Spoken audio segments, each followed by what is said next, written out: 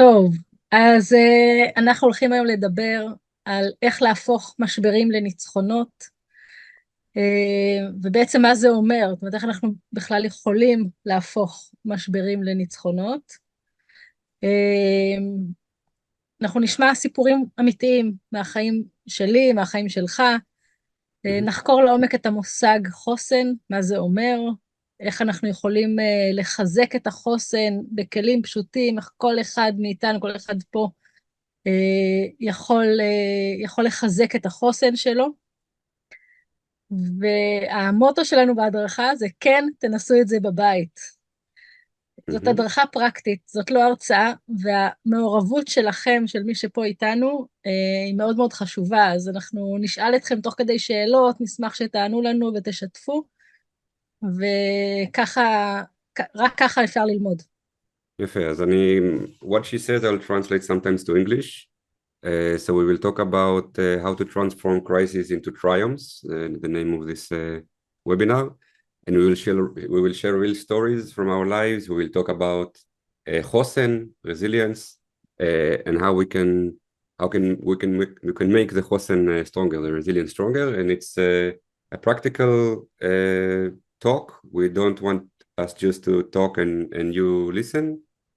We want you to be engaged and answer your questions. אז מה שאנחנו רוצים עכשיו זה שתנו לנו שמות של תחושות והרגשות שהרגשתם מאז ה-7 באוקטובר.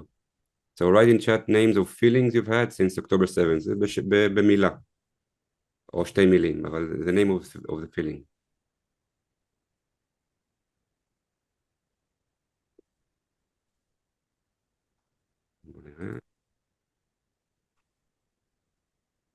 sadness, לא רק כותבת sadness, כן, עצב, despair, נטשה, despair זה ייאוש. כן, אוקיי, ליאת helplessness, grief, כעס, זעם, הרגשת כישלון, זעם, ייאוש, חוסר אונים, כן. אוקיי, אז עלו פה הרבה רגשות, בעיקר אם לא רק תחושות שליליות ונגטיביות, negative feelings, אז הנה fear גם ליאת כותבת. fear, sad, אז frightened, השאלה, כן. אם היו לכם גם בזמן הזה, רגע, סליחה, תחושות שליליות, יש פה איזה משהו כזה, אנוטט, אני אמחק את זה.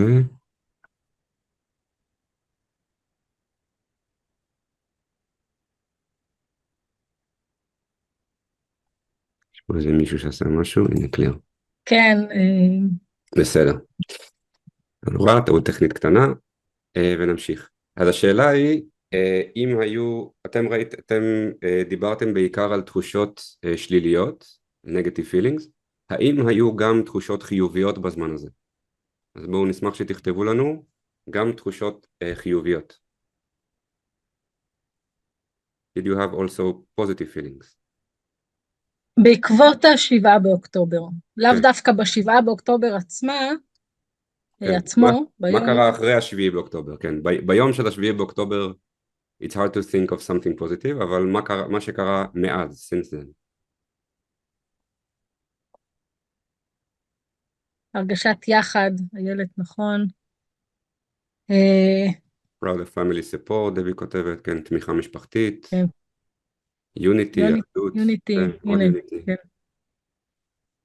נתן מחזיר אותנו לשלילי, נכון. anger, sadness, how to cope. cope זה דווקא להתמודד, זה דווקא, זה באמצע, זה ניטרלי. togetherness, כן. togetherness, כן, ביחד, אחדות. אוקיי, עוד דברים? sense of, רגע, כבר זה מהר פה, sense of community, כן, קהילה, קהילתיות, אילס כותבת. love of Israel. support, unity. נכון, אהבת ישראל, אחדות. determined to enjoy whenever possible, כן, זה גורם לנו להבין שהחיים אולי זה דרך קצת טרגית לראות מה שריצ'רד כותב, אבל שהחיים קצרים, באמת, גם 70-80 שנה זה חיים קצרים וליהנות, we want to enjoy. כן, רזיליאנס, כן. שוק, כן. אז יפה, אז תשובות נהדרות. אז השאלה, מה עזר לכם? אנחנו התחלנו עם השלילי, שזה ה-obvious, קל לנו ללכת לשלילי, הברור מאליו, והשאלה, מה עזר לכם להרגיש גם תחושות טובות, חיוביות? מה אתם חושבים ששינה לכם את הראש פתאום, שינה לכם את המיינדסט, change your mindset, to also have positive feelings? מה קרה בחיים? או בפנים? אז בואו נשמח שתכתבו לנו.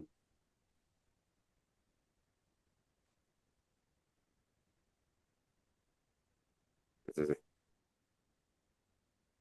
אז מה עוזר לכם להרגיש תחושות חיוביות? What helps you feel positive feelings? volunteering, being there for others, my family, my kids, מעולה. volunteer work, אקטיביזם,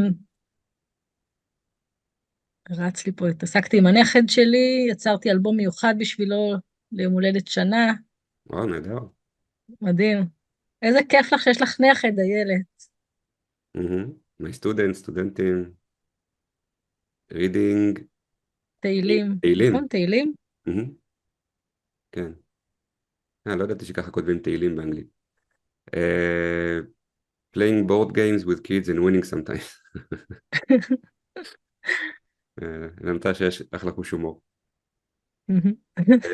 meditations, affirmations. affirmation, דרך אגב, האפרמיישן של ליאת, הם לגמרי החזיקו אותי כל התקופה האחרונה. יפה. אז בעצם אם אנחנו יכולים לראות גם את הדברים החיוביים בתוך ים של תחושות שליליות, שזה אומר לזכור שיש גם את השלילי, הוא לא הולך לשום מקום, אבל יש גם את החיובי, both the positive and the negative, side by side. If we see them ביחד, זה אומר שיש לנו חוסן. אז מה המילה חוסן? מה המילה חוסן אומרת לכם? מה המשמעות של חוסן? Okay, if we talk about resilience, what does resilience mean to you? So feel free to write in the chat as well. מה זה חוסן בשבילכם?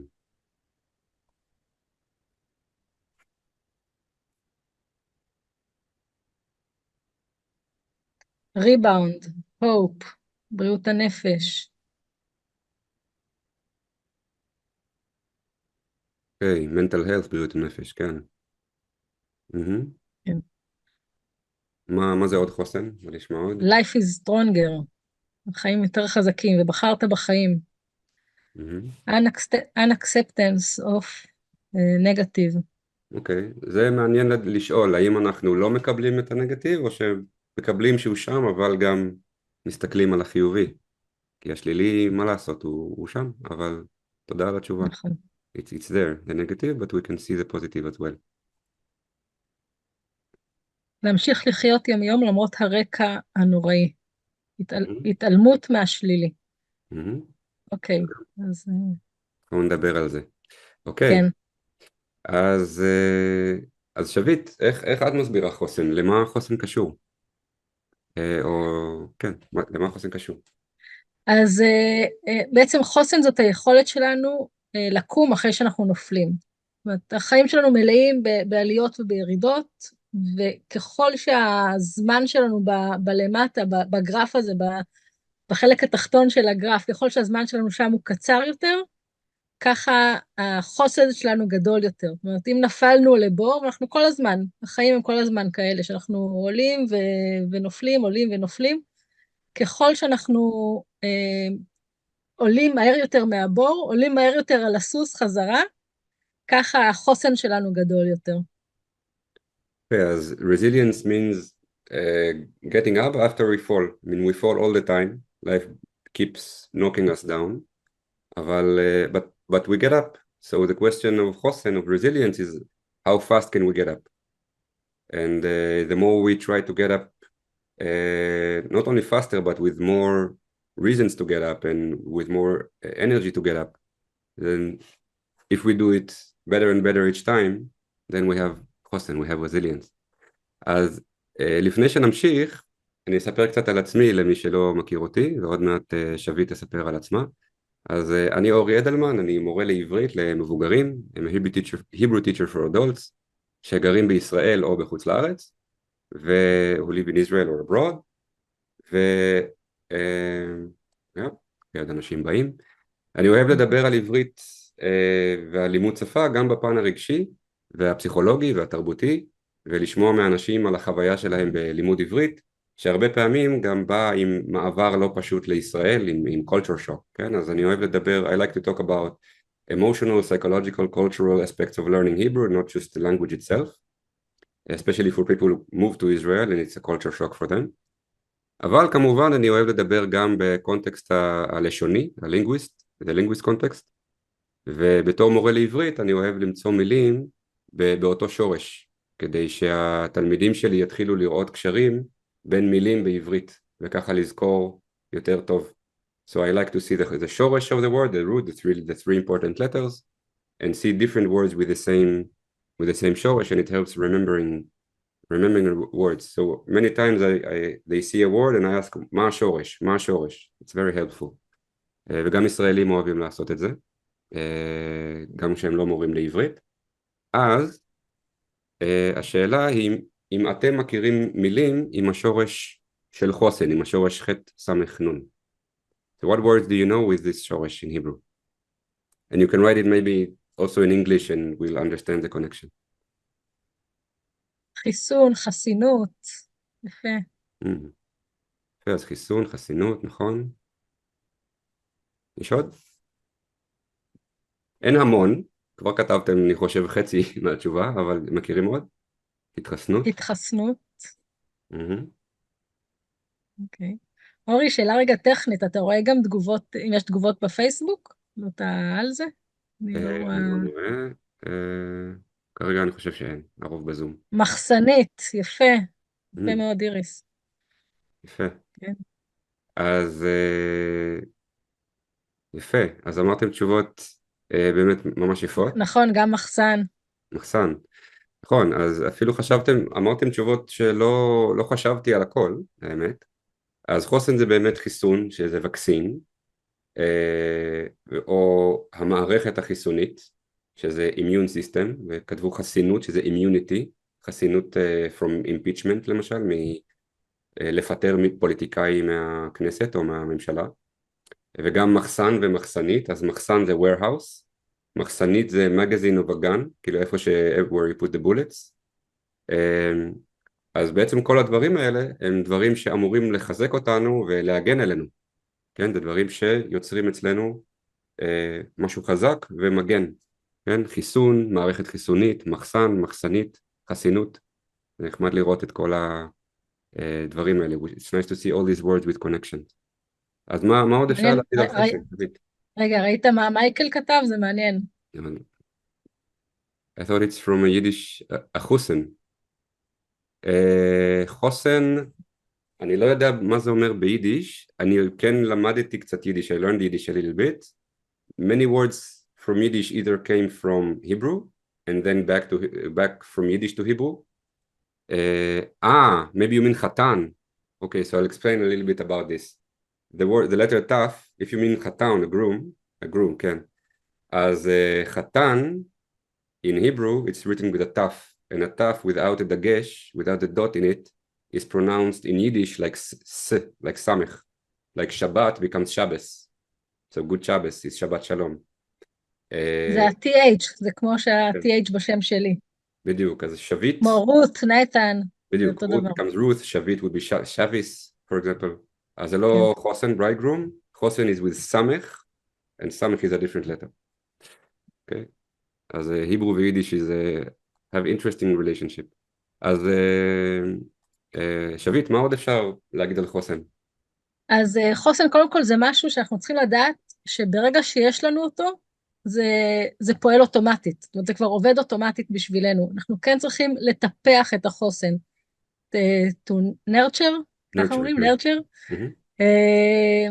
אנחנו צריכים to nurture את ה... נו, ברח לי השם למילה חוסן, לחוסן? resilience. רזיליאנס, כן. זה לעשות חוסן, אותו יותר, זה לשכוח את המילה של מה שאנחנו מדברים ו-continue anyway, כן. כן, בדיוק. לעשות אותו יותר טוב, יותר חזק. זאת אומרת, זאת המטרה שלנו גם פה בהדרכה הזאת, לראות איך אנחנו יכולים לקחת את החוסן ולחזק אותו. אוקיי. אז אני רוצה לשאול אתכם, אם אנחנו כבר מדברים על מה המטרה פה של ההדרכה, זה איך לדעתכם אנחנו יכולים לטפח את החוסן ולחזק אותו, איך אנחנו יכולים לטפח את החוסן הפנימי שלנו ולחזק אותו. יפה. אז write in the chat, what can nurture our inner resilience? What can we do to make our resilience stronger? So it maybe sounds like a paradox. How can we make strength stronger or resilience stronger? But you get the idea. mental tools. אוקיי, אז כלים מנטליים, כלים נפשיים.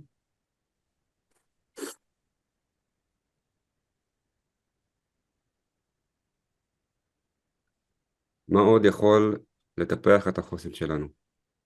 Find appropriate examples in people. אוקיי, אז למצוא אנשים שהם דוגמה, שמהווים דוגמה. לקבל השראה, נכון? כן, זה הרעיון? נראה לי כן. consciousness therapy, תרפי.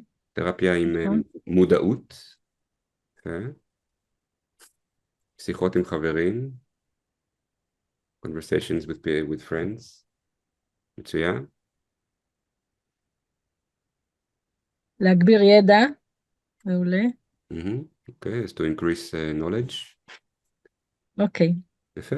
טוב, אז אני, רגע, Close. להיות בקרבה לאנשים טובים, זה נכון? Reflect on past positive and successful experiences. זה אני ממש יכול להזדהות, לחשוב על חוויות חיוביות מהעבר, לפעמים אני בזמן לא טוב, ואני כותב הרבה ביומן, יומן אישי, personal journal, וכשאני בזמן לא טוב אני חוזר אחורה ואני כזה וואו, היה לי דברים גם לא טובים, אבל גם דברים מאוד טובים, ו-past experience really brings us to a better mood. כן. נכון, זה בדיוק, זה מחבר אותנו ישר למה שאנחנו הולכים, למה שאנחנו הולכים לדבר עליו היום. כן. מה? יומן, I'm not sure, יומן, maybe journal. אוקיי. טוב, אז מי שלא מכיר אותי, אז אני שביט בתף, בגלל זה ה-TH בסוף של השם שלי. אני הבעלים של בשביל החוויה.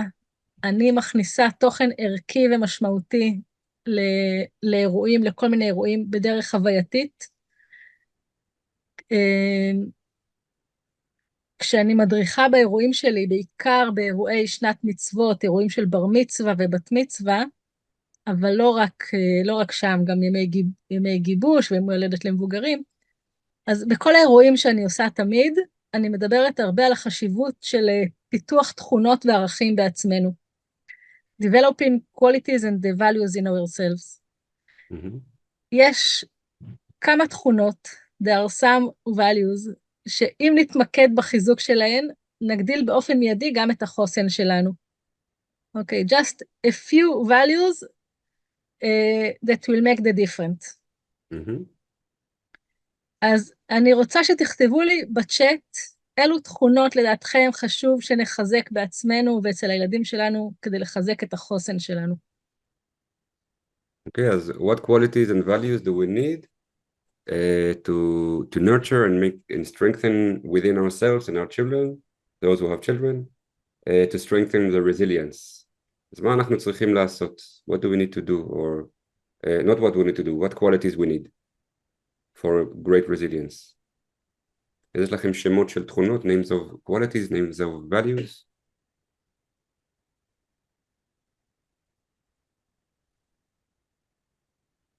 ביטחון עצמי, עצמאות, חשיבה חיובית, self-awareness. מודעות עצמית. כן.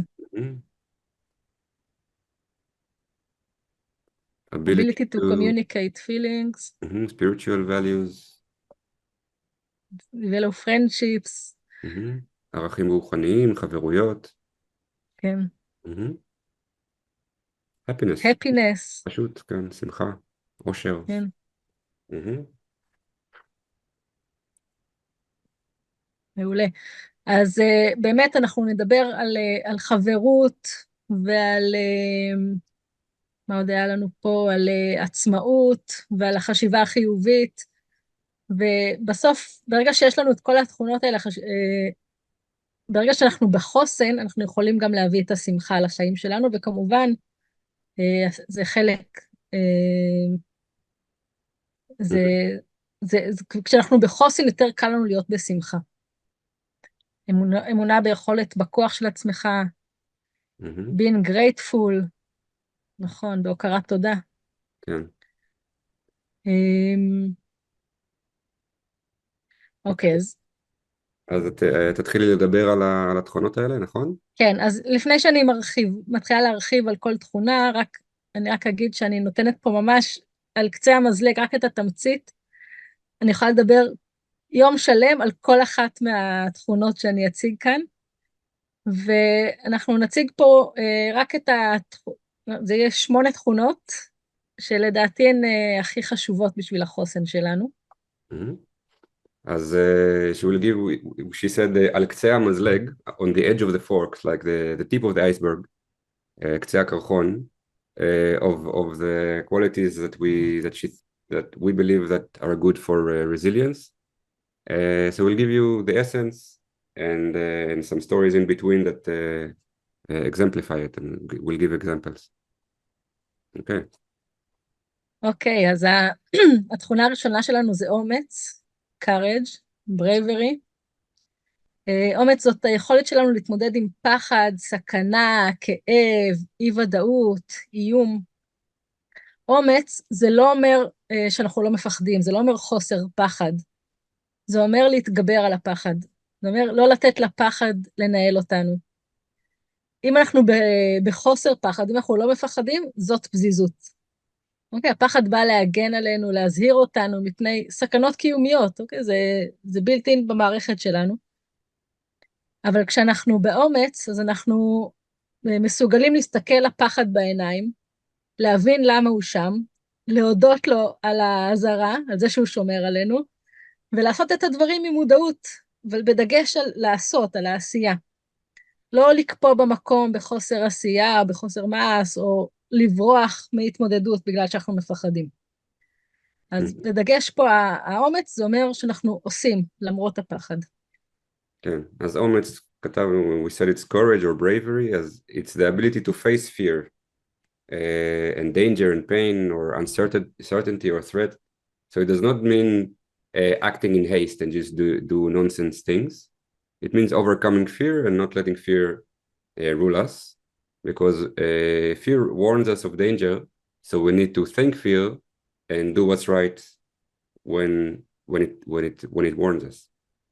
אז השאלה שיש לנו אליכם זה איך אפשר לחזק בתוכנו את האומץ. How can we be more brave?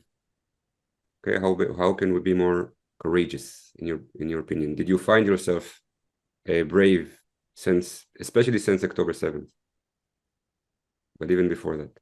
האם מצאתם את עצמכם אמיצים מאז 7 באוקטובר, גם בדברים קטנים בחיים?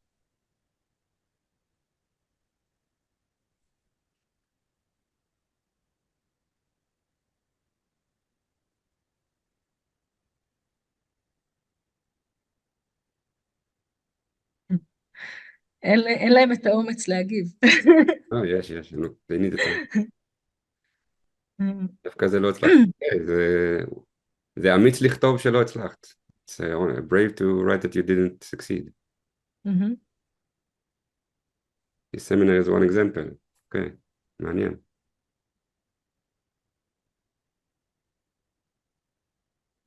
אוקיי, אפילו להישאר בריא ולדאוג לעצמך, גם זה אומץ.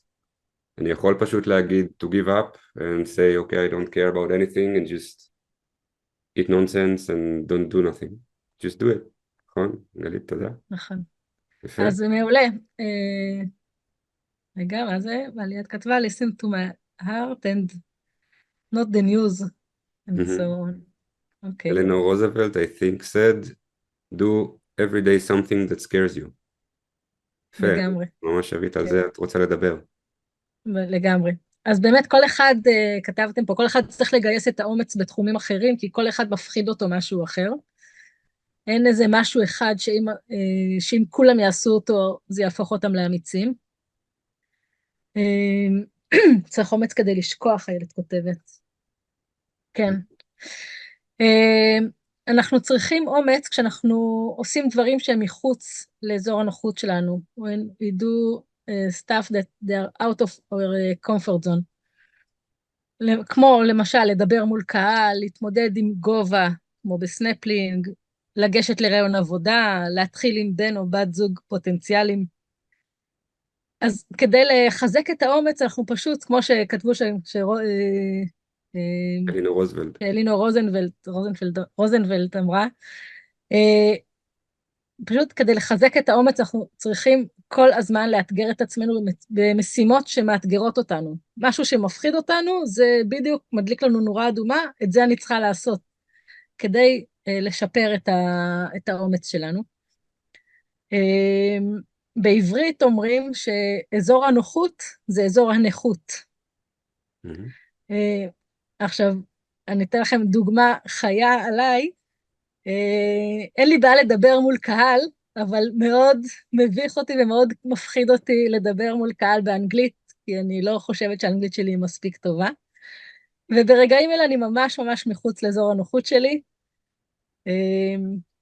ואני הולכת להגיד לכם את זה גם באנגלית, בשביל לתרגל את היציאה שלי מאזור הנוחות. על הכפיים אז שלך. כן, אז to increase our courage, we need to step out of our comfort zone, to to talk in front of an audience, to go to a job interview, to hit on someone. We just need to we just need to challenge ourselves. In Hebrew, comfort zone sounds like disability zone. כן, אזור And הנוחות זה right אזור now, הנוחות. כן. מה זה? אמרתי, אזור הנוחות, אזור הנכות. comfort zone, כן. disability zone, כן. And right now, I'm just out of my comfort zone. תודה ליאת. הנה, אני בדיוק מספיקה, נהיית בצבע של הסוודר שלי. יפה. אז כל הכבוד לשביט, ומה שהיא עשתה עכשיו, אז הרבה תלמידים שלי פה מכירים את זה, של להתחיל לדבר עברית, to speak Hebrew with Israelis who are much less forgiving than this lovely audience. אז I'm sure you all know how it's like, but talk in front of an audience is even weird, even scarier, לדבר מול קהל. אז למילה אומץ, רגע, אני כתב, ניסינו את זה, לא, עוד לא. אז למילה אומץ, לא שכחתי לשאול, אבל אני אגיד, למילה אומץ יש עוד מילים באותו שורש, אז יש לכם רעיונות או מחשבות על עוד מילים באותו שורש, more word with the roots of אומץ?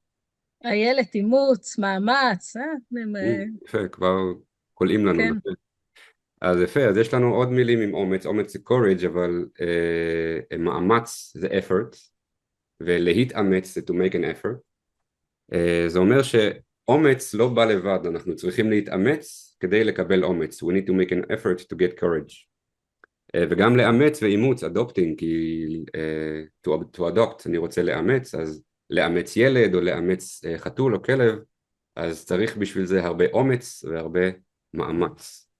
אז עוד קשרים בראש עם שורשים. מדהים. יפה. אוקיי, אז איזה עוד תכונה צריך כדי לטפח את החוסן שלנו? אז תושייה, resourcefulness, בעיניי תושייה זאת התכונה הכי חשובה שאנחנו יכולים לפתח בעצמנו בכלל לחיים, לא רק לחוסן, אלא בכלל לחיים. תושייה זאת היכולת לפתור בעיות ולהתמודד עם אתגרים ומצבים שהחיים מזמנים לנו. זה יכול להיות אפילו אם אני נוסעת בכביש ויש לי פאנצ'ר באוטו, אני צריכה את התושייה בשביל להתמודד עם זה. כל דבר שאנחנו שהוא בלטה מבחינתנו, זה אנחנו צריכים את התושייה. לפעמים יותר קל להבין ערך, דווקא אם אנחנו מדברים על ההופכי שלו, על המילה ההופכית, וההפך מתושייה זה חוסר אונים. As resourcefulness is the ability to solve problems and deal with challenges and difficult situations. It's a it's like maybe the most important one skill that we need to have. And sometimes it's easier to understand a value or a skill precisely through the contrast, the opposite. So the opposite of resourcefulness, of תושייה, is helplessness, is חוסר אונים, or powerlessness, חוסר כוחות, אני לא יכול לעזור לעצמי. נכון. אז בדיוק ה-helplessness הזה, זה כשאתה נמצא במצב שאתה לא מתפקד, שאתה כפו, שאתה לא יודע מה לעשות, אז אתה ב-helplessness, אתה בחוסר אונים. אבל אם אתה מצליח לפעול, לא משנה אם אתה מצליח עצם זה שאתה פועל ומנסה למצוא פתרון, אז אתה בתושייה. אפילו רק בחיפוש, בלא לעצור, לא להיכנס למצב הזה של אני לא יכול, כזה. אז עצם זה שאתה ממשיך לחפש את הפתרון, זה אומר שיש לך תושייה. ולדעת, גם לדעת שלכל בעיה יש פתרון. זאת אומרת, אם אתה במיינדסט, every problem have a solution, every problem has a solution, לא משנה. אז אתה בתושייה. כן. As when you freeze, you don't know what to do, you can't function, you're helpless, right? So helplessness בעברית זה חוסר אונים, אבל זה לא תרגום מדויק, כי אונים, מי שהיה איתי במועדון, ראינו את זה, חוסר אונים, און זה כוח, אז חוסר אונים is powerlessness really, אז, but once you try to solve the problem, you are resourceful, כן, יש לך resources, יש לך משאבים. אז השאלה שלנו אליכם, זה איך אנחנו יכולים לחזק את התושייה שלנו. How can we strengthen our resourcefulness? What can we do in life? לדעתכם. בוא נשמע. באמת שכן, יש לנו מישהו בפייסבוק גם, אני רואה. מומו אידריסי. Take action. Take action, ריצ'רד כותב. לחשוב מחוץ לקופסה, נכון, מלכה. Creativity in all shapes and forms. בכל הצורות. נכון. reading, sleeping, walking. כן. נכון, להיות בתנועה. כאילו כל הזמן לעשות משהו וזה כאילו לא לקפוא. כן, וסליפינג זה נכון, גם חשוב. סליפינג זה פחות. לישון מספיק, אבל... לישון מספיק, כן, נכון. לא למנוע מעצמנו לישון, כן. כן. Look for examples and sample, למצוא דוגמאות מהחיים, אני מתאר לעצמי. אוקיי. Do what we love. נכון. אוקיי. אוקיי. אז שביט, איזה שיטות יש לך שאת יכולה להציע? אז בעצם כמו שאני חושבת שמלכה כתבה פה, לחשוב מחוץ לקופסה, זה מאוד מחזק לנו את התושייה, אז כל דבר שיגרום לנו לחשוב מחוץ לקופסה, יעזור לנו לחזק את התושייה, כמו מהעולם שלי לפתור חידות ותשבצי היגיון, זה גורם לנו לחשוב בדרך שונה מהרגיל. האינטרנט מלא בחידות מאתגרות, פשוט תתחילו לאתגר את עצמכם ולהתאמן על החשיבה הזאת השונה. ללכת לחדר בריחה, זה גם מדהים. להמציא משימות, זאת אומרת, לאתגר את עצמכם בכל מיני משימות, למשל, לבשל ארוחה רק עם מה שיש בבית, או לקחת רק 5 מצרכים ולהכין מזה ארוחה, להדליק מדורה בלי גפרור, לבנות אוהל רק עם סדין, בלי חוטים, בלי אביזרים נוספים, לנסות להסתדר עם מה שיש. גם פה בעצם יש פה איזשהו אלמנט של יציאה מחוץ מאזור הנוחות, וככל שאנחנו נתרגל את זה, אז בעצם אזור הנוחות שלנו יגדל ויתרחב. Okay, as Shavit brings a lot from the world that from her workshops and activities. So, for example, solving riddles and logic puzzles, it makes you think outside the box. The internet is full of them. You can do it at home. You don't need a workshop for that. You can go to escape room, חדר בריחה, give yourself a mission to cook with leftovers of what you have in the kitchen or just 5 ingredients.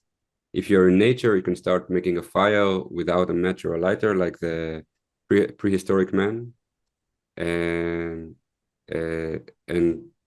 and everywhere, I mean, in many occasions in life, you can get out of your comfort zone and do something new.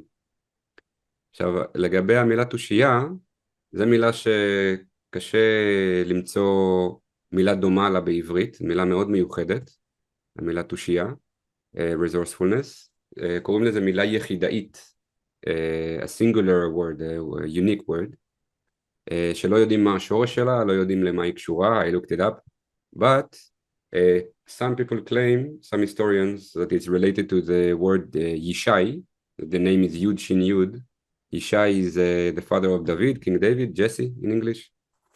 אז אולי ישי היה איש עם תושייה. מילה מאוד מעניינת. באמת מעניין. שביט, יש לך סיפור עם תושייה? יש לי סיפור עם חוסר אונים, לא עם תושייה, עם חוסר אונים. אוקיי. רק מדגים כמה התושייה חשובה וכמה... כשאנחנו לא בתושייה, ואנחנו נמצאים באיזושהי סיטואציה, אז ואנחנו נמצאים בחוסר אונים, זה ממשיך להדהד בנו אחר כך, וזה מה שעושה לנו את הסריטה בראש, וממשיך להטריד אותנו בנייטמרס. אז אני הייתי אמא צעירה, היו לי 2 ילדים, אחד היה בן 2 וקצת, והקטנה הייתה בת 10 חודשים, ואנחנו נסענו על כביש החוף, במהירות של 90 קמ"ש, ועשינו תאונה, התאונה לא הייתה באשמתי, אבל האוטו היה טוטל לוסט,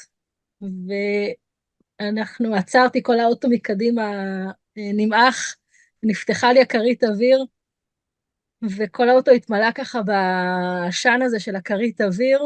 רגע, before I continue, I'll do it a little bit in English, okay? As she was in כביש 90, in the road 90, which is חוצה ישראל, right?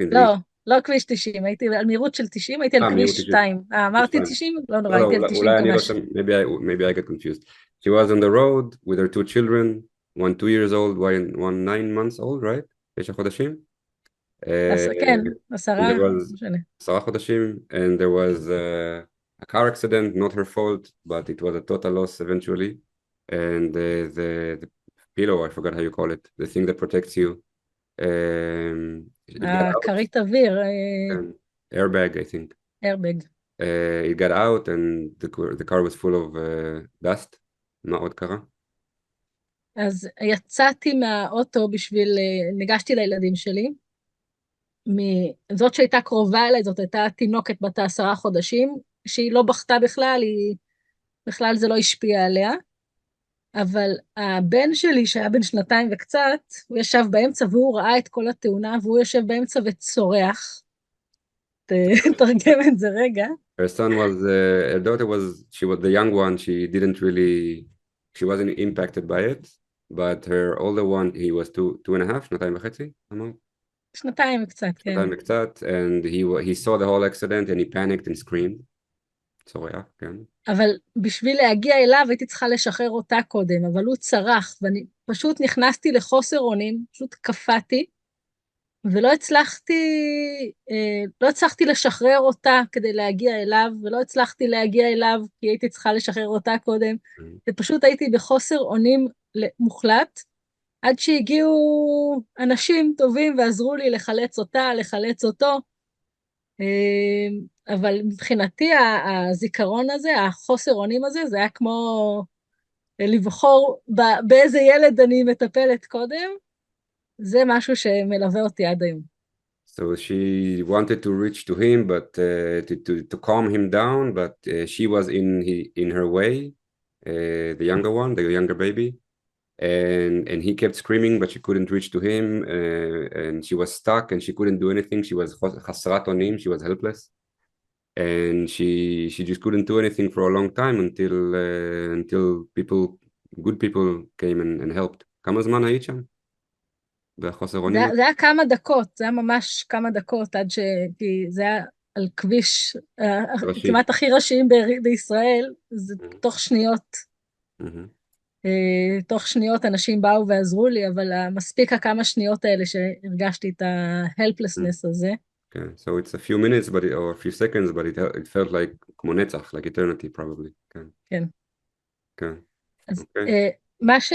מה שחשוב לי, התובנה המרכזית שלי מהדבר הזה, זה של, הייתי, כאילו, אם מישהו היה בא ואומר לי, תעשי ככה, זה היה משחרר אותי מהכפייה. אבל ברגע שאנשים הגיעו והזיזו אותי הצידה והם בעצמם עשו, אני נשארתי עם החוסר אונים. ואם מישהו היה בא ואומר לי, do this, do that, just something, whatever, just bring water, I wasn't helplessness. Okay, yeah, so she said it in English herself, but she didn't know what to do. If somebody would have told her, would tell her what to do, she would feel like she can do something. גם אם זה משהו קטן, even if it's a small thing. Okay, אז סיפור קשה, ועדיין את כאן, והילדים שלך כאן איתנו. נס, כן. אז אנחנו נמשיך, ושביט, מה עוד צריך כדי לטפח חוסן? אז אמרו פה, גם גלית כתבה פיתוח חשיבה יצירתית, ואמרו, היו פה עוד כאלה שאמרו יצירתיות. אז יצירתיות, קריאטיביטי, זה גם חלק מהתושייה, זה גם לפתח את היצירתיות. ואני רק אגיד שכל האנושות בעצם התפתחה מיצירתיות. כל הציביליזציה התפתחה מיצירתיות. וזה התהליך של ההפקה של רעיונות וידע חדשים, והיכולת להתמודד עם בעיות, ולהפיק את המיטב מכל מיני הזדמנויות חדשות, ולעשות את הדברים בדרך שהיא שונה מהשגרה. חשיבה יצירתית מורכבת ממקוריות, גמישות מחשבתית ושימושיות, useful. איך אנחנו לוקחים את הדברים והופכים אותם למשהו שהוא שמיש לנו. Yes, creativity is a process of generating new ideas or knowledge. We have something that exists and we can transform it into something new. We talk about transforming as it's the ability to generate ideas and deal with problems and opportunities in a new and different way than usual. אז השאלה היא, בשבילכם, איך אתם חושבים שאפשר לפתח או לחזק את היצירתיות שלנו? זה לא בא לבד. It doesn't come by itself. So how can we strengthen our creativity? בואו תכתבו לנו, נשמח לשמוע.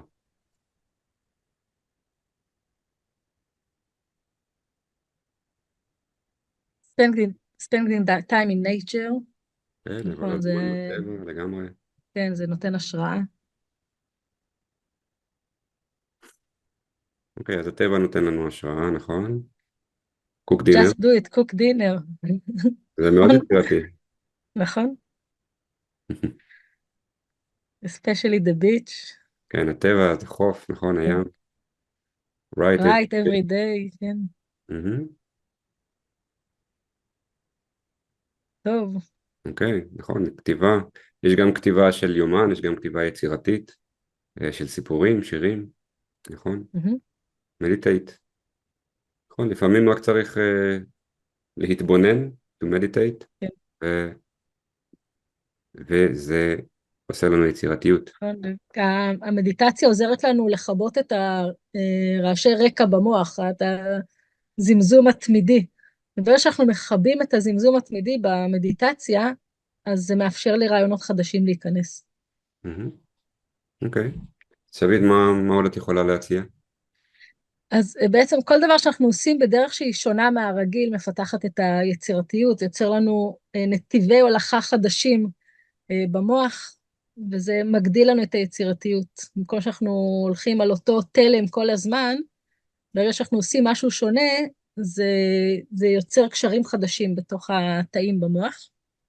אז למשל, אני אתן לכם דוגמה מאצלי, אני מאוד אוהבת לפתור תשבצים, גם תשבצי היגיון, גם תשבצים רגילים, וכשאני פותרת את התשבצים, אני כותבת ביד שמאל. למרות שיד ימין זאת היד החזקה שלי, ברגע שאני כותבת ביד שמאל, אני מחזקת את הנתיבים חדשים במוח, אני מחזקת את היצירתיות שלי. אז כל דבר שתכתבו ביד שמאל, אפילו סתם תעתיקו שיר או תעתיקו פסקה מהעיתון, לא משנה מה, תכתבו, תתרגלו את הכתיבה ביד החלשה שלכם, זה ישפר לכם, יחזק את היצירתיות. ואותו דבר גם אם אתם מצחצחים שיניים עם היד החלשה, אם אתם נועלים נעליים בסדר הפוך מהרגיל, אם אתם נוסעים לעבודה במסלול שהוא שונה, תאתגרו את עצמכם, לפחות פעם בשבוע תיסעו במסלול שונה לעבודה או לחבר או משהו. ההרגלים בעצם מנוונים אותנו, כשאנחנו עושים את אותם דברים שוב ושוב ושוב, זה מנוון אותנו, זה לא מאפשר לנו להיות יצירתיים. וכמובן, כמו שכתבו פה, גם לצייר, לנגן, לכתוב, לפסל, כל סוג אחר של אומנות. גם help others הוא כתב, נכון, זה גם נותן לנו רעיונות. נכון. אז when you do things in an unusual way, it creates new pathways in the brain. יהודה, איזה כיף. כן, יהודה גם כתב, ללמוד משהו חדש, בדיוק, זה גם מאוד מפתח את היצירתיות. סליחה, אורי, שקטעתי אותך. יפה, אז כמו שפה, האמת שאני רואה אצל הרבה תלמידים, ותלמידות כמובן, שזה שלומדים שפה, וגם אני על עצמי כשלמדתי שפה אחרת, זה פתאום רואים דברים חדשים. You see new things when you learn a new language. זה מרחיב את האופקים, broadens the horizons. So examples that we talked about before is solving crossword puzzle, but tashbetz, if you remember the word, if somebody learned with me the word tashbetz, crossword puzzle. But don't do it with your strong hand, do it with your weak hand. If you're right wing, do it with your left hand. Right-handed, so do it with the left hand. When you brush your teeth also, you do it every day. You don't have to think and be how to be creative. You do it every day anyway, twice a day. So instead of doing it with your strong hand, do it with a weak hand. I did it for a while, and it's weird, but creativity is being weird in a way. זה להיות מוזר. So when you drive to work or when you drive to a friend, take a different route, not the automatic route, not the automatic drive that you do. And of course, if you're also like making art, writing, or painting or sculpture, it really helps. אז איזה עוד מילים יש בשורש של יצירתיות, של יצירה? שורש של יצירתיות ויצירה. מכירים עוד מילים? Do you know more words with יצירתיות? יצר, נהדר. לא, אפשר לקרוא את זה בשתי דרכים, יצר ויצר. יצור, יפה. אוקיי. אז נהדר. אז באמת בעברית נצרה לא, אם זה נצרה של רובה אז לא, זה נצר, זה נון. אנחנו מדברים על יוד, ליצור. צורה נראה לי גם. יש מצב שצורה גם. אז יצירתיות זה creativity, זה אותו שורש של ליצור ויוצר, שזה create, וגם באמת של יצר, עוד מעט נדבר על יצר, המילה יצור, נכון, זה creature, שזה דומה ל-create באנגלית, ויצר זה כמו, זה אינסטינקט, או drive, או desire. אז ביהדות אומרים שלכל אחד יש יצר, אולי שמעתם את זה מי שקודם דיבר על יידיש, על חוסן, שזה חתן, אז ביהדות אומרים שלכל אחד יש יצר הטוב ויצר הרע, או יצר הטוב ויצר הרע, או הורה, או משהו כזה. אני לא מצוין ביידיש. אז יצר הטוב ויצר הרע זה הדרייב הפנימי שלנו לעשות דברים טובים או רעים. And it's our inside desire to do good or bad things. ולנו יש חופש. It's very important in Judaism, you have a freedom of choice. הכל צפוי והרשות נתונה, everything is known, but you can choose what to do. אוקיי.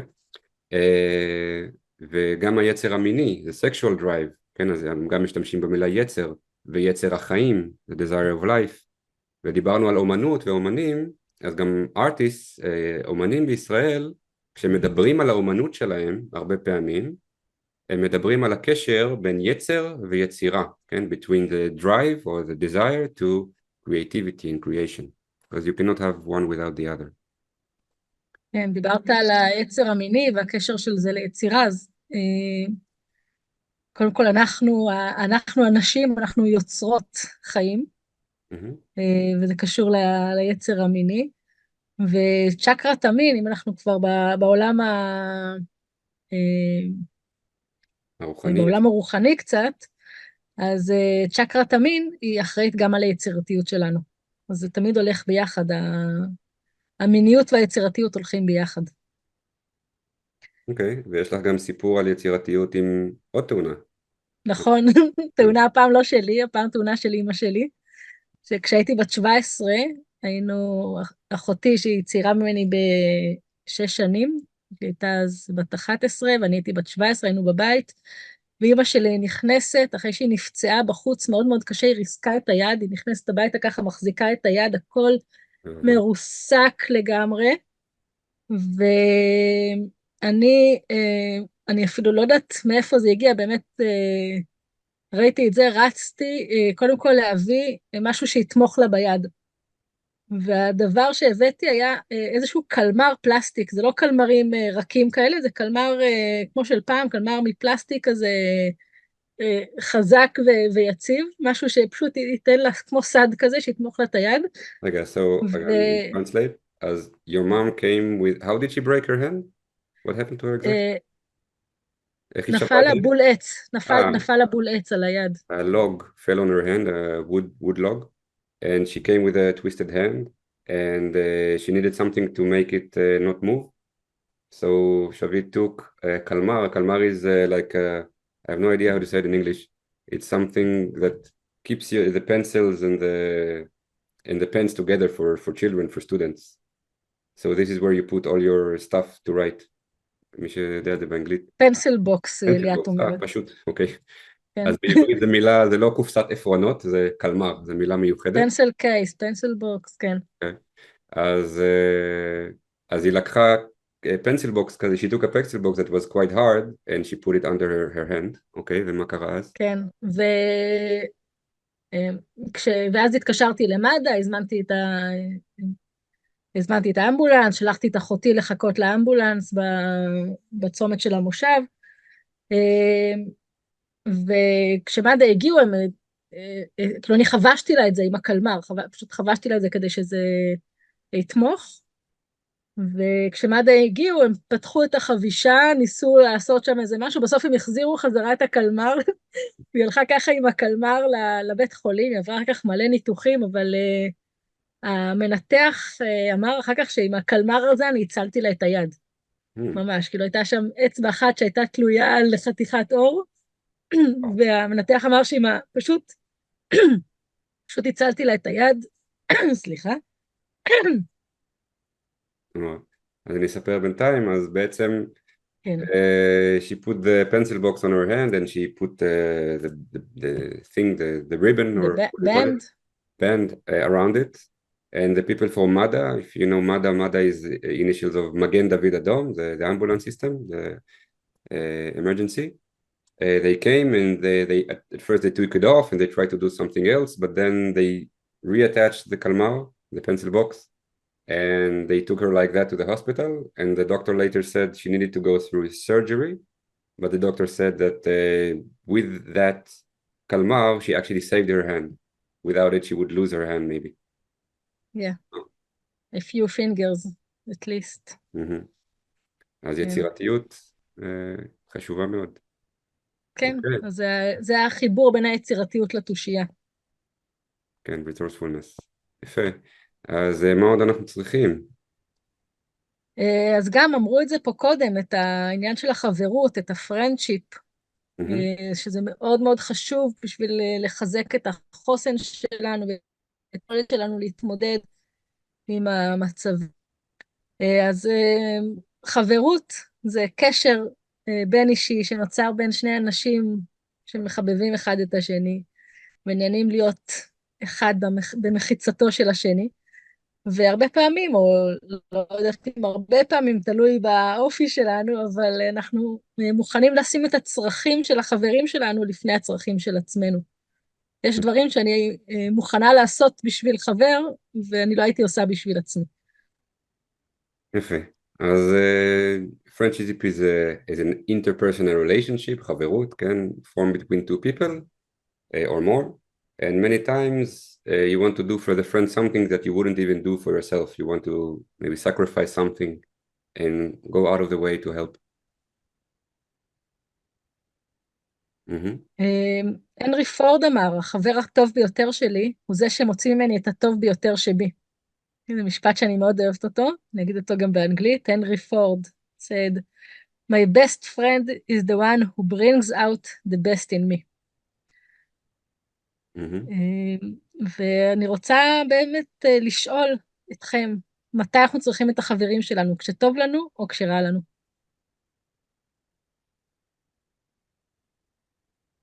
So when do we need our friends? When things go well, or when things go down the toilet?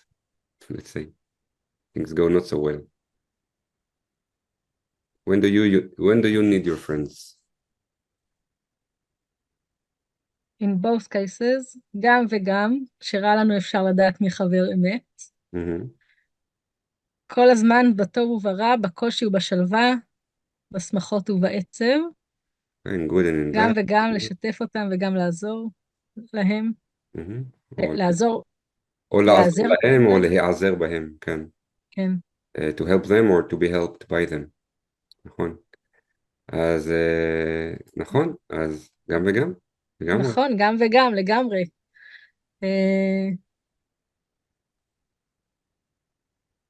יפה. יש פה עוד תשובות. To cheer up. פה זה משהו שהוא עברית אנגלית. A friend is Friend in need, need is a a friend friend in need is a indeed. friend indeed. זה Friend מה in שאמור need. להיות פה. A כן, friend in friend in need need is a is a friend friend indeed. indeed. כן. שזה אני חידונאית, אני יכולה להבין את הדברים האלה. אוקיי. אז זה נכון, גם וגם, גם כשטוב לנו וגם כשרע לנו. כשרע לנו אנחנו צריכים את החברים שיודדו אותנו ויעזרו לנו, וכשטוב לנו אנחנו צריכים את החברים שיפרגנו לנו וישמחו בשמחתנו. ואני אספר סיפור ממש אקטואלי משלשום. שלשום אני סיפרתי לחברה, חברה טובה שלי שאני באמת אוהבת אותה, סיפרתי לה שהחלום שלי זה להגיע עם הסדנאות שלי לקהילות ברחבי העולם, ואני עושה דברים בשביל שזה יקרה, והתגובה שלה הייתה, אבל יש כבר מלא אנשים שעושים את זה, תהיה לך הרבה תחרות. אוקיי, היא כאילו הורידה אותי, אני ככה באה בהתלהבות ומספרת לה על החלום שלי, והיא באה ומורידה, אז זה כזה אז מוציא קצת את הרוח. הנה, הילד כותבת, הנה הגעת, אז זה כיף. as I'll translate, she said that she told her friend, like we sometimes our friends also not see our potential like we do. Sometimes they give us advice, but sometimes they give us bad advice. So she said she wanted to go with her. She usually Shavit does her workshops mainly in Israel, but she wants to go to a wider audience, to go to audience abroad, and she told her friend about it 2 days ago, and her friend said, no, you shouldn't do it. Many people do it already. You will have too much competition. So she didn't give her like energy and yes, you can do it. And she's a good friend, but sometimes good friends give not so good advice. אז השאלה היא... וזה פה גם מחזיר אותנו לאומץ. לפעמים אנחנו צריכים לגייס את האומץ שלנו, ולא לחכות שהחברים יתנו לנו את האומץ. אז השאלה היא איך אנחנו יכולים לחזק את החברויות שלנו, ומה זה חברות בשבילכם? אם שמענו עכשיו את הסיפור הזה, we heard this story, so how can we strengthen the friendships, and what is friendship to you?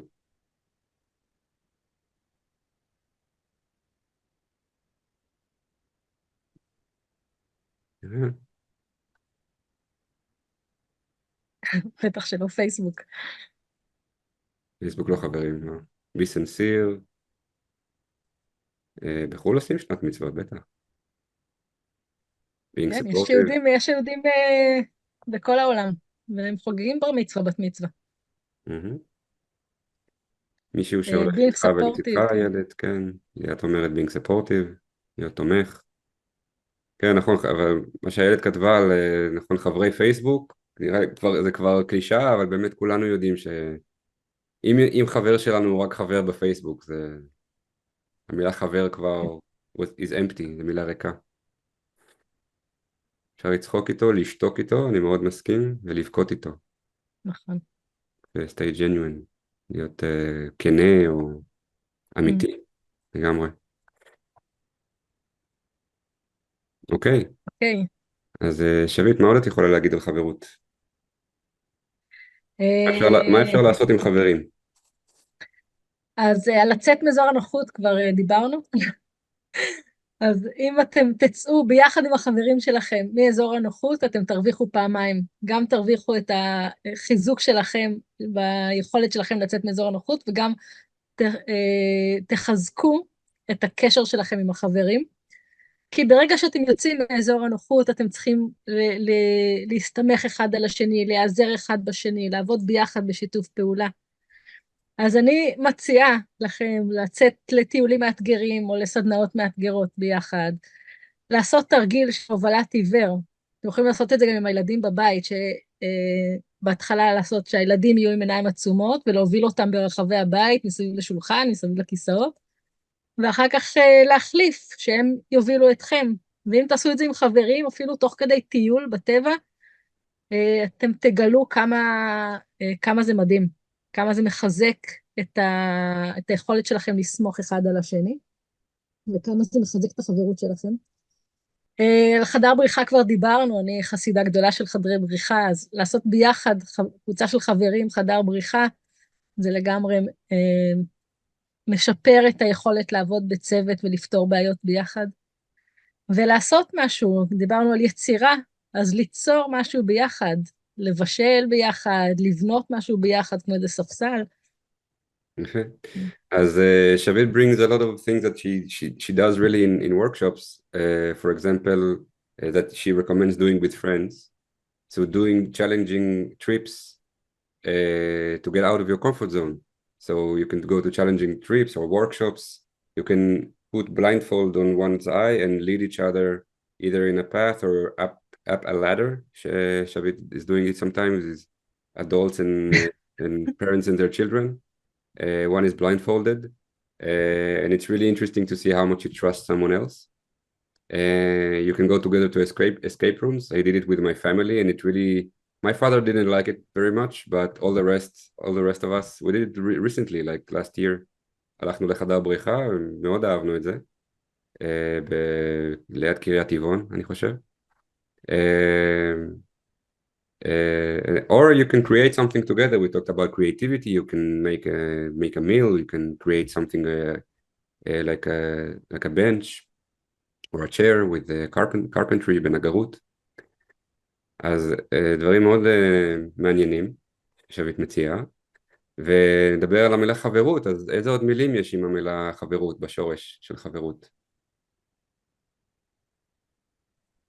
שורש חבר, איזה עוד מילה יש? מילים. What other word do we have in חברות? חברותה, נהדר. חבר'ה. חבר'ה לך.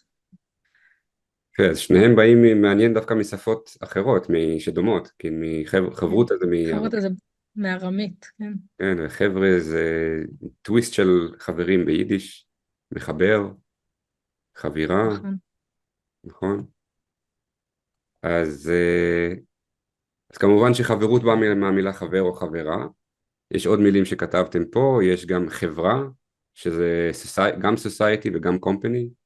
יש לחבור, מה שכתוב חבירה זה to team up, זה להתחבר ביחד. לחבר ולהתחבר זה to connect, כן, we were connecting, אנחנו מתחברים. ותחביר זה syntax, זה איך אנחנו שמים מילים ביחד, מחברים, we connect words together. מעניין שליאת כתבה מחברת. גם מחברת. זה גם קשור לתחביר.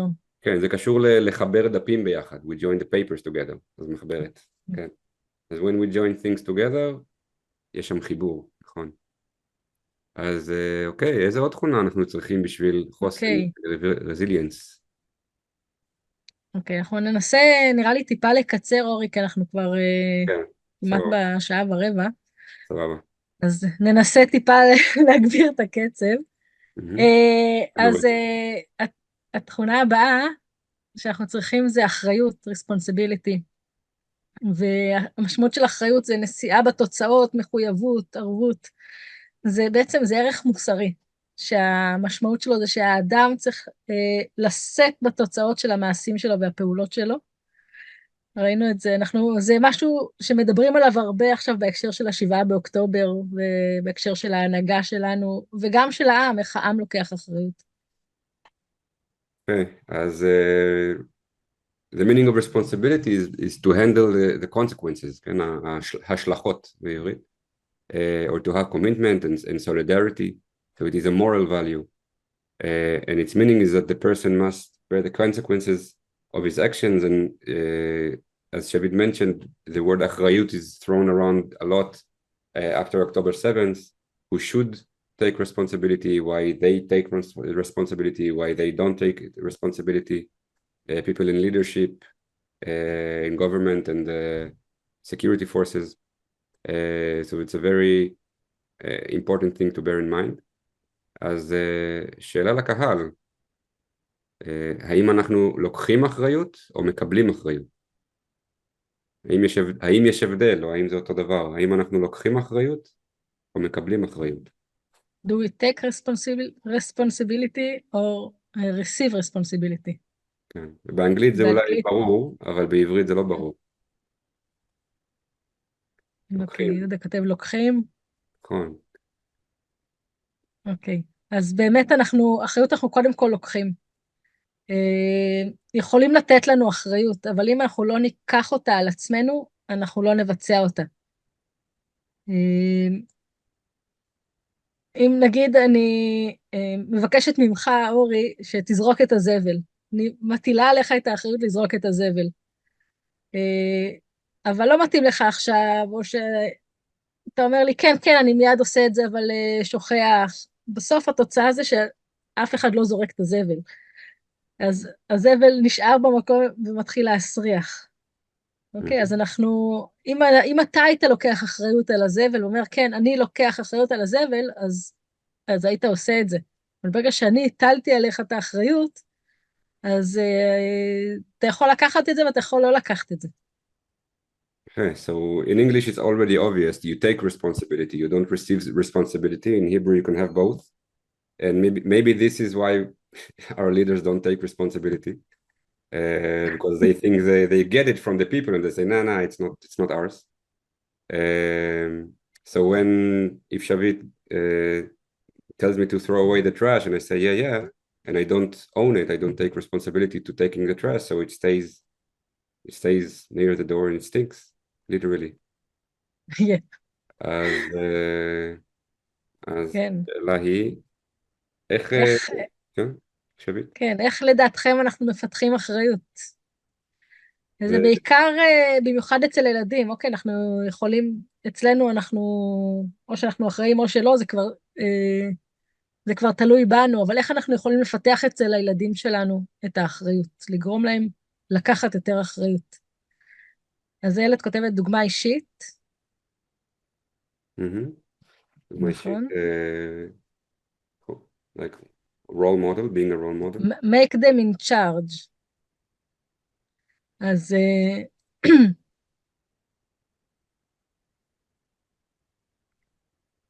ריצ'רד אומר משהו חשוב, let them כן, clean their classrooms as in other countries, נכון? כשהייתי ילד עשינו את זה, אני לא, I don't know why it doesn't, maybe it doesn't, זה קורה היום, שביט? לא מנקים את הכיתות בבית הספר? יש אנחנו, מנקות, לא כל כך, לא יודעת. אנחנו היינו מנקים, היינו לפחות עוזרים לנקות, עוזרים to put the chairs, the chairs on the tables. כן. I don't know why it went away. אוקיי. אבל ריצ'רד, אתה צודק לגמרי. אוקיי, אז איך את ובאמת, נותנת אם אתם... אחריות לילדים? מה זה? איך את נותנת אחריות, מלמדת ילדים לקחת כן. אחריות? אז באמת, קודם כל, אם אנחנו רוצים שהילדים רגע, מה יהודה כותב?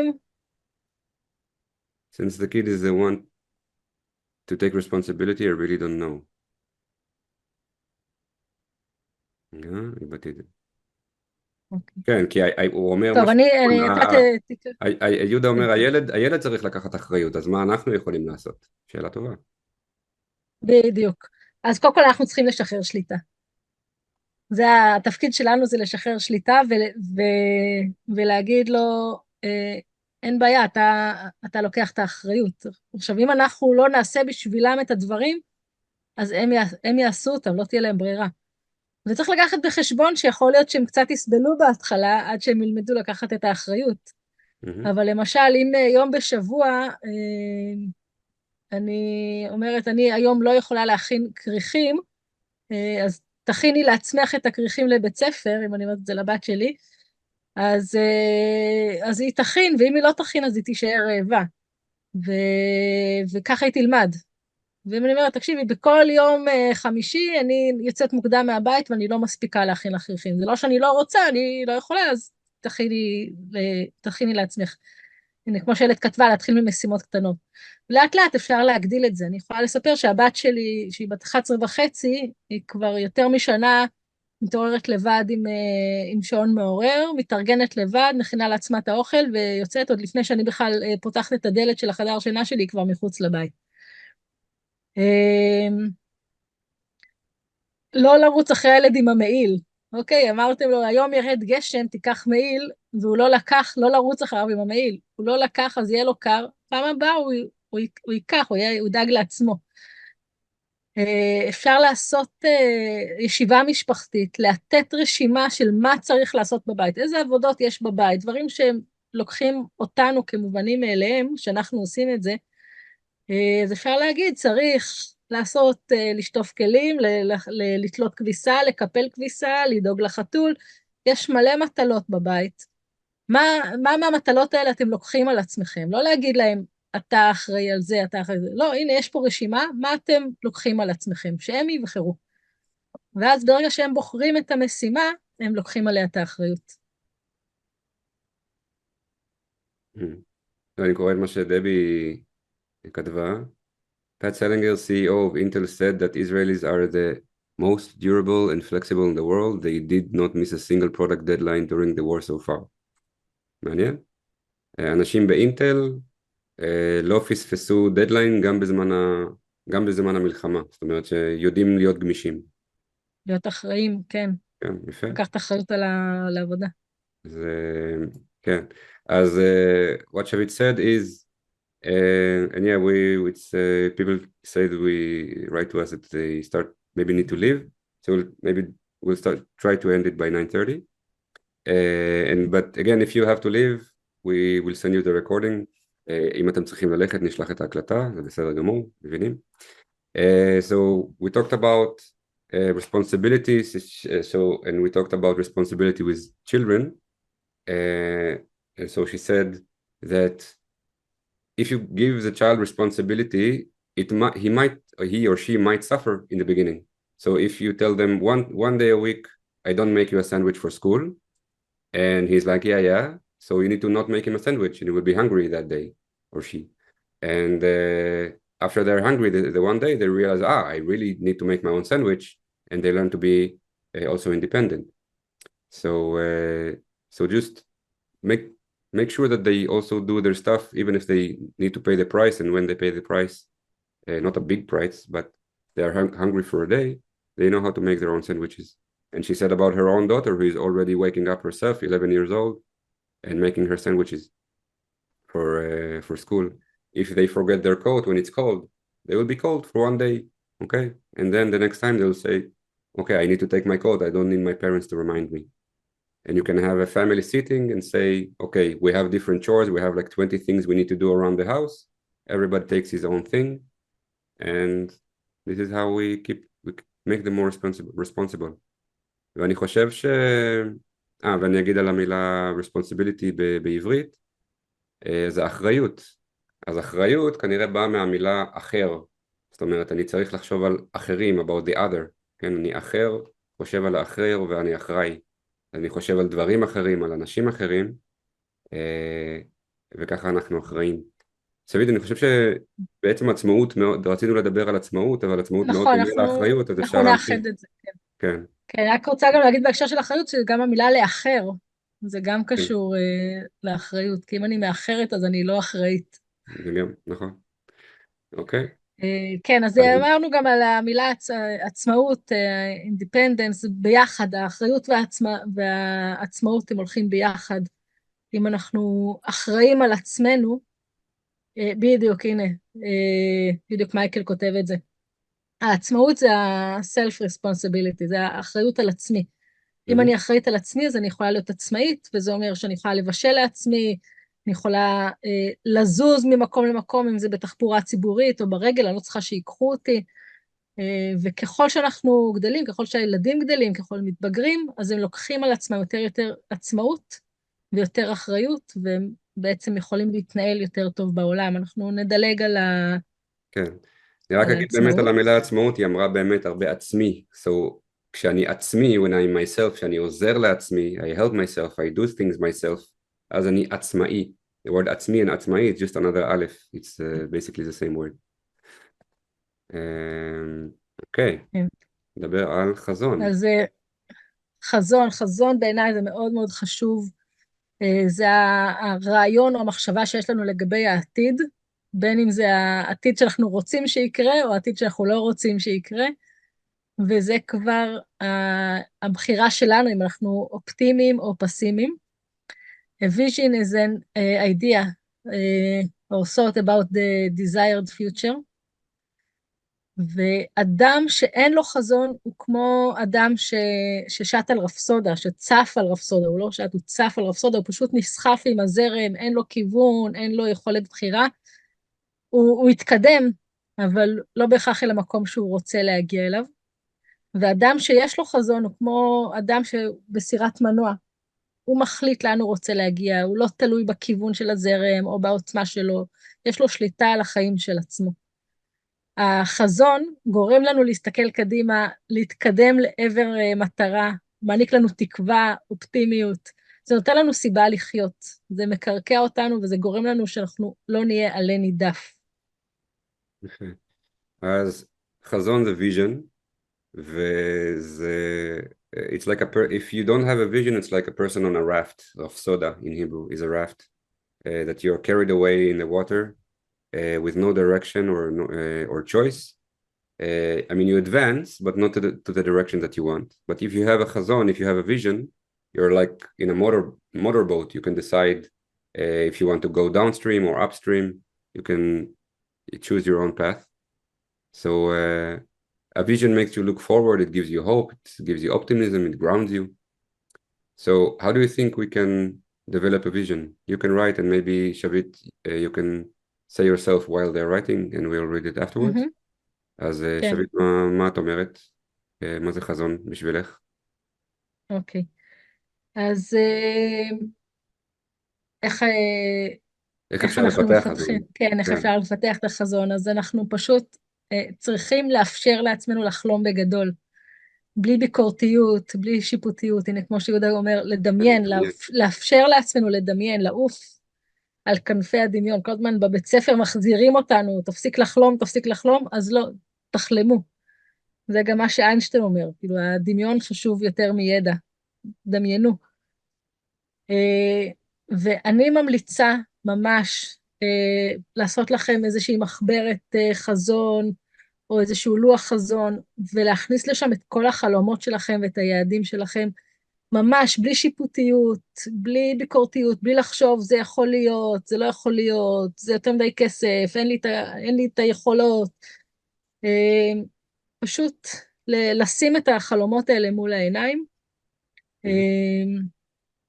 חזון יכול להיות משהו שהוא קצר מועד, זה יכול להיות להיום, אני היום חושבת על מה אני רוצה שיקרה בערב, או איך שאני רוצה שהיום שלי יתנהל, וזה גם יכול להיות לעוד 5 שנים, 10 שנים, 50 שנה. זה, אבא שלי היה לו חלום להקים בריכת דגים בחצר, 40 שנה הוא החזיק את החלום הזה עד שהוא בנה אותו. אז יפה, אז we can have, when we have a vision, when we want to have a vision, we need to dream big without the inner critic or the inner judge. So you can get yourself a vision notebook or a vision board that you can write all your different goals, all your different objectives, and just dream big without the limitation, without what could happen or could not happen. And then you can choose something from that and go with it. אז vision זה גם אותו שורש של, אני אספר קצת על השורש והמשמעות. אם אתם יכולים לכתוב עוד דברים בעברית, מהמילה חזון. אז חזון זה אותו שורש של לחזות, כן? שזה כמו להסתכל בדרך כלל במשמעות של להסתכל לעתיד, כמו לראות או לראות לעתיד. אז אחד השמות של הרצל, תיאודור הרצל, זה חוזה המדינה, זה the one who saw, כן? the country coming.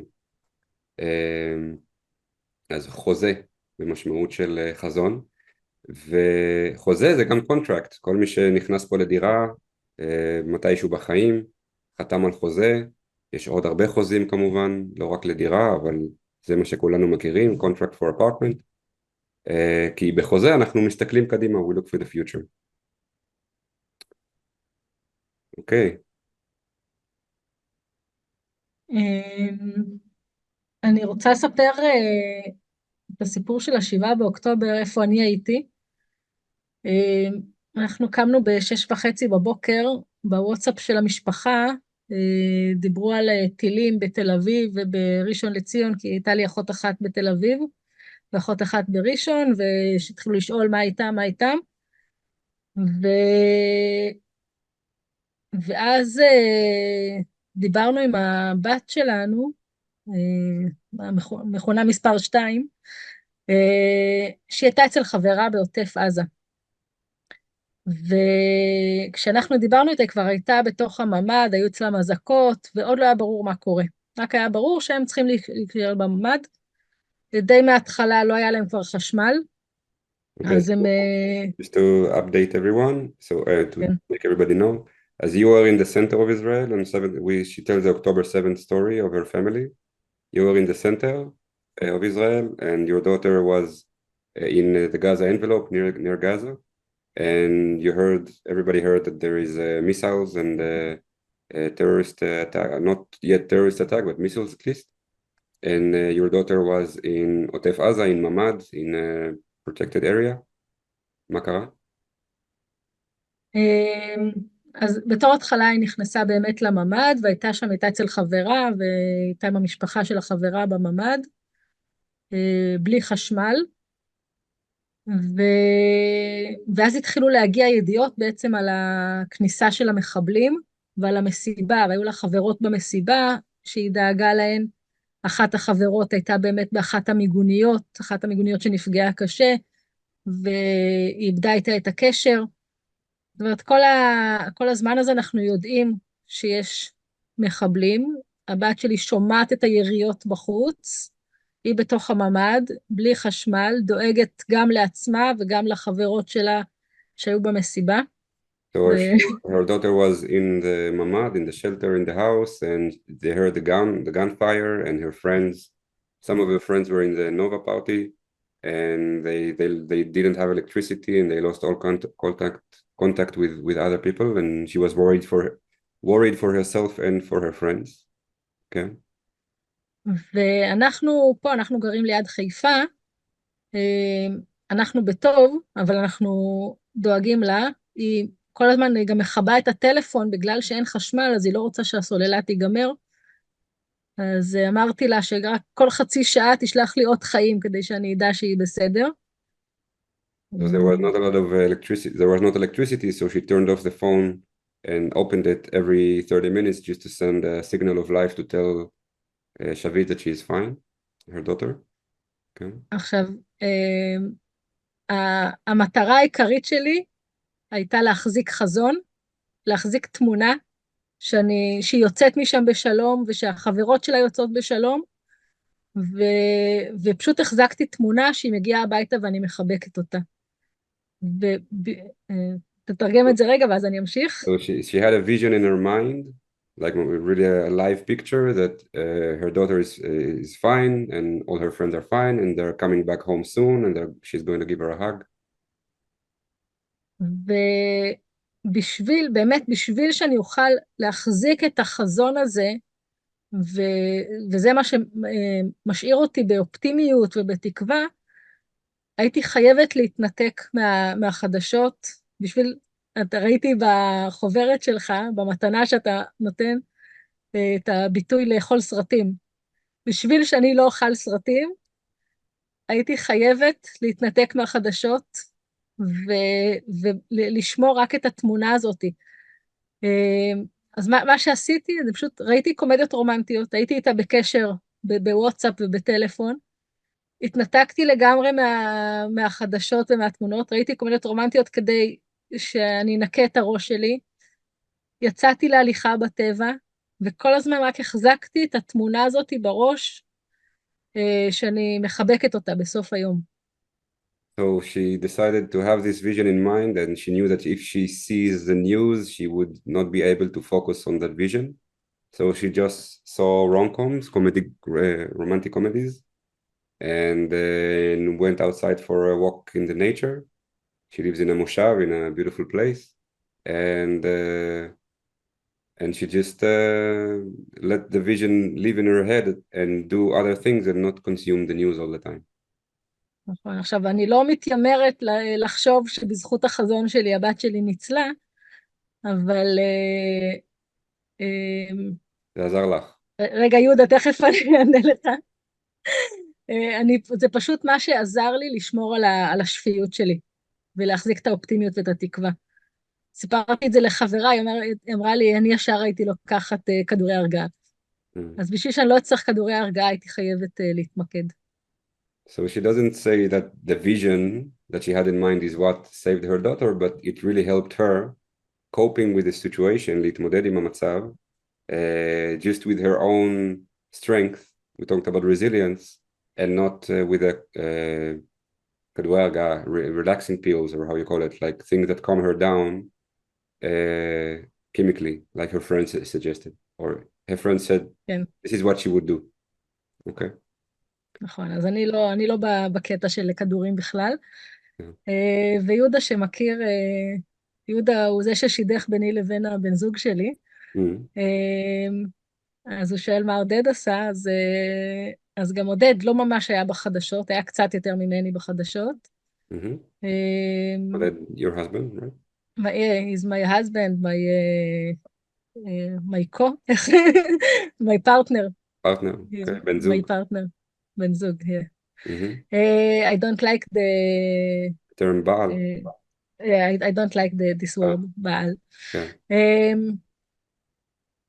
He was he was on the edge.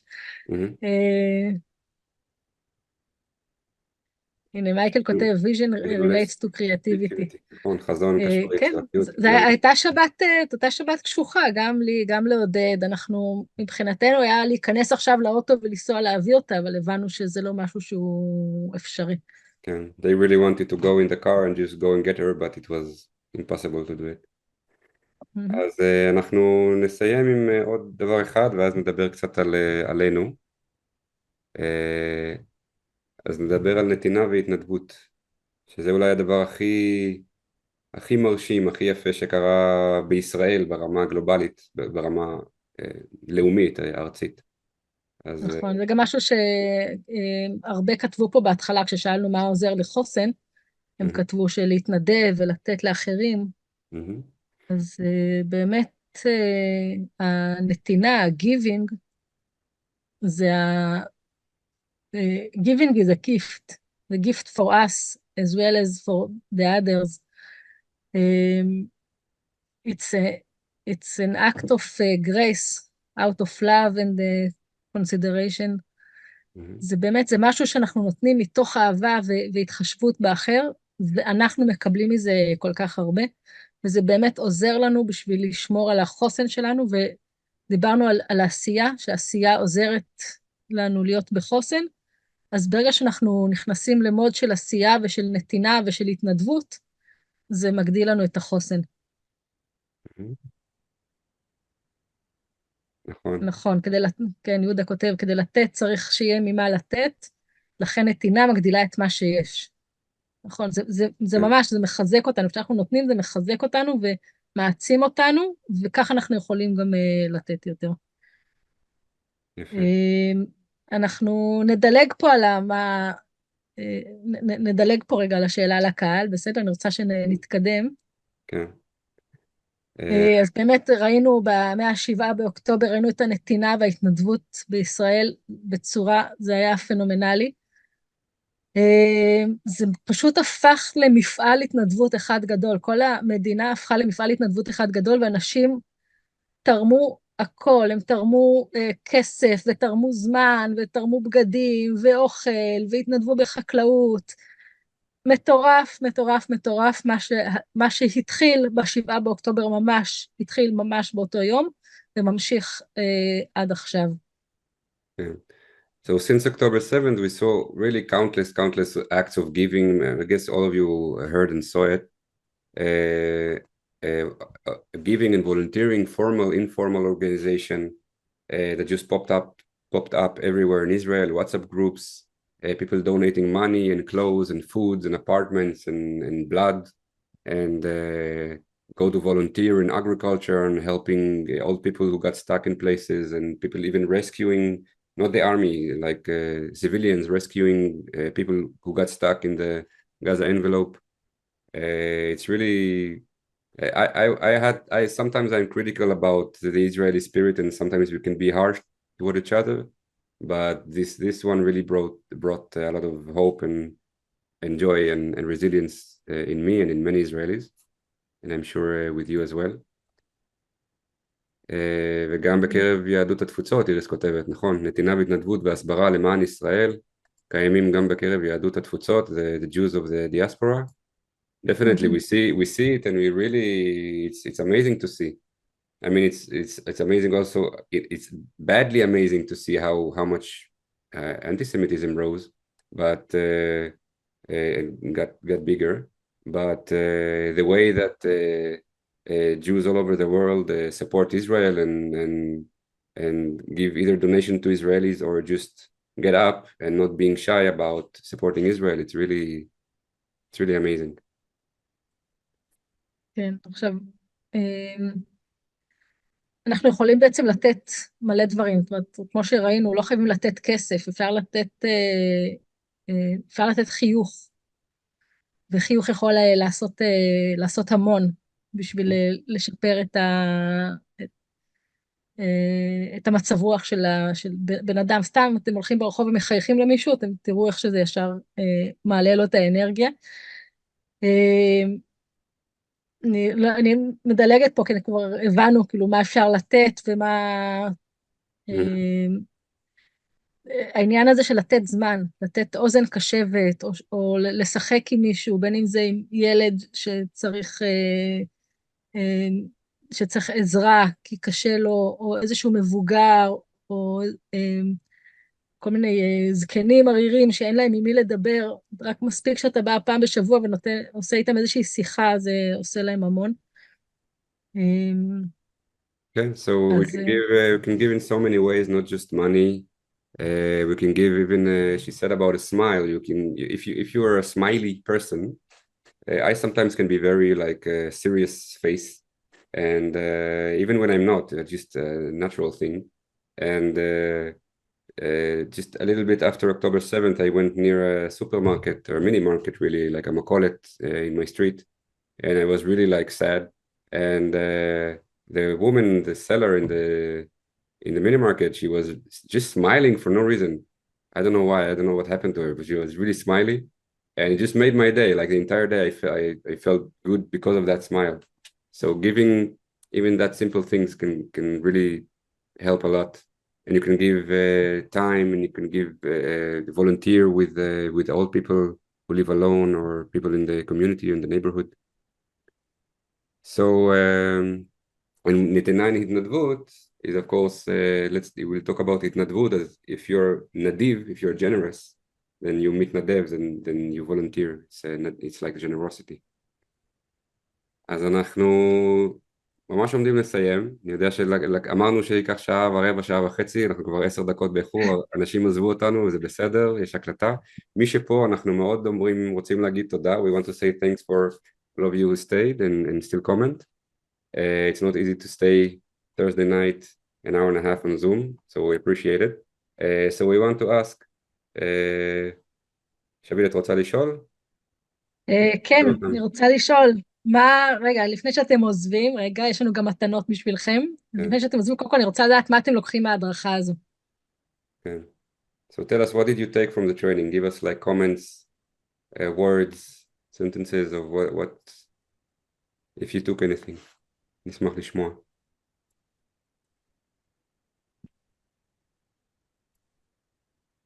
איך היה לכם, מה אתם לוקחים? תודה רבה לכם.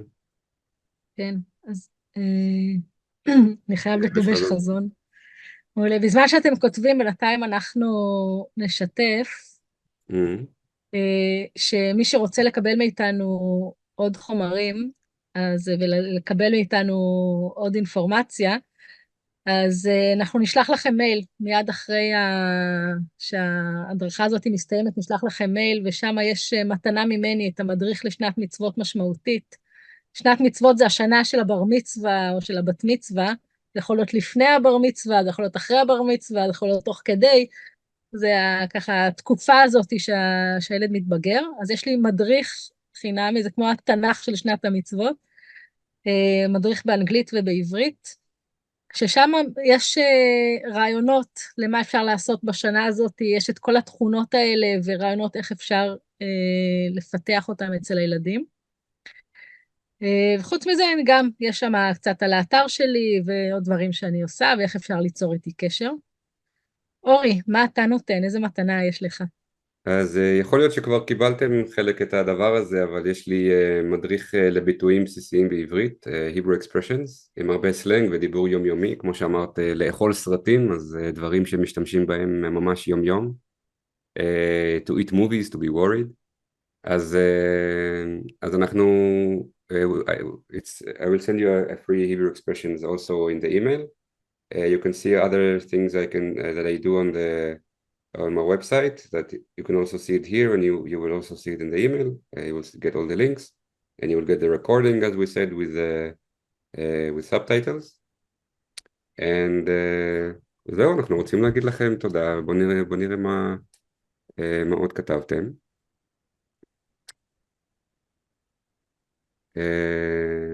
איילת, תודה רבה. רגע, גלית אומרת מילים חדשות, תודה. אני שמח מקווה שלקחת מזה כמה מילים חדשות, גלית. היא במועדון עברית שלי. כן, גם ליאת כתבה, ליאת היא מורה לאנגלית. כן, השורשים. כן, אהבה את עניין השורשים, זה מפתח חשיבה, איילת כתבה פוזיטיביטי. dealing with trauma, beginning to deal with trauma, נכון, מאוד...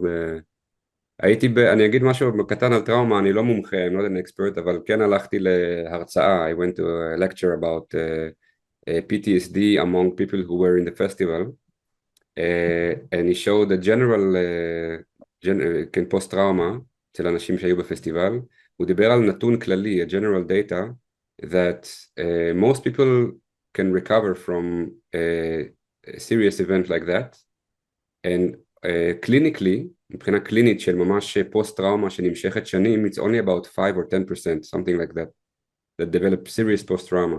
Most people after 3, 4, 5 months, they heal, even if they were there in the Nova or the El Gaza envelope.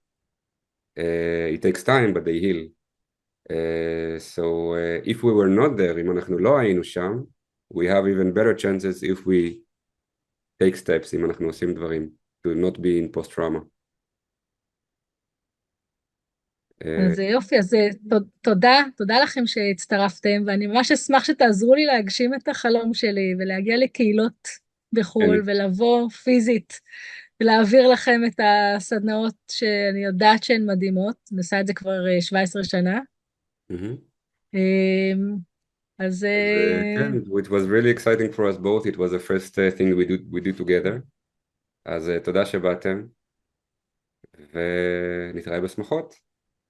ומוזמנים כן, ליצור אותנו קשר אחרי הסדנה גם. Welcome to stay in touch. אוקיי? תודה.